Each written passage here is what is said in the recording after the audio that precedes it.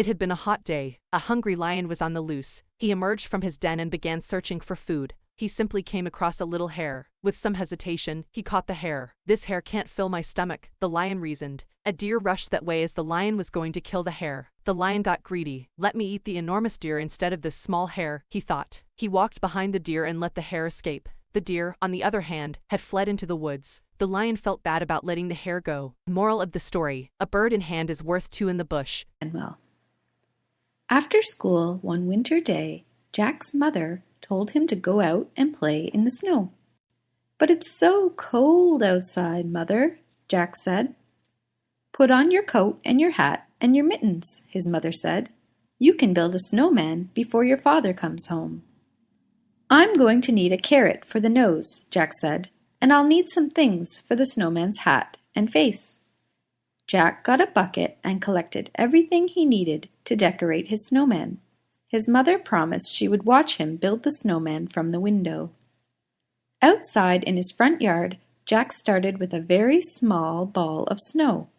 He got on his knees and rolled the snow into a big ball. At another window, someone else was watching Jack play. It was his new neighbor Nauko. Nauko asked her mother if she could go outside and help Jack build his snowman. "It's very cold outside. Are you sure you want to go out and play?" her mother asked. "Yes, Mother," Nauko said. "I will wear my coat and my hat and my mittens." Nauko's mother helped her put on her winter clothes and promised to watch her from the window. "You can play until your father comes home," her mother said. Nauko ran outside to Jack's yard and asked if she could help him finish his snowman. "Yes, please help me," Jack said. "My father will be home from work very soon." "Okay, what can I do?" Nauko asked. "I built my snowman's body with 2 snowballs. I need to roll 1 more for my snowman's head." "But snowmen only have 2 snowballs. One is for the body and one is for the head," Nauko said. "No, snowmen always have 3 snowballs," Jack said. "I don't think I need you to help me after all."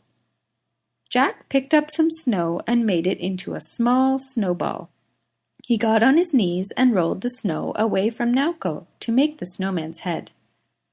Nauko walked into her own yard and began to build her own snowman. "I don't want to build a snowman with Jack anyway," she thought to herself. "I'm going to make my own." Nauko rolled 2 big balls of snow and put them on top of each other. When she finished that, she took off her hat and scarf and decorated the snowman. Lastly, she found some sticks and pine cones and made her snowman's eyes and mouth and arms. Her mother clapped from the window. Jack made a hat for his snowman with his bucket. He used his mother's sewing buttons for the eyes and mouth. Lastly, he added a carrot for the snowman's nose. After he finished, Jack's mother smiled and pointed. His father was driving up the street. Suddenly, a terrible thing happened. The head fell off Jack's snowman and crashed to the ground. "Oh no!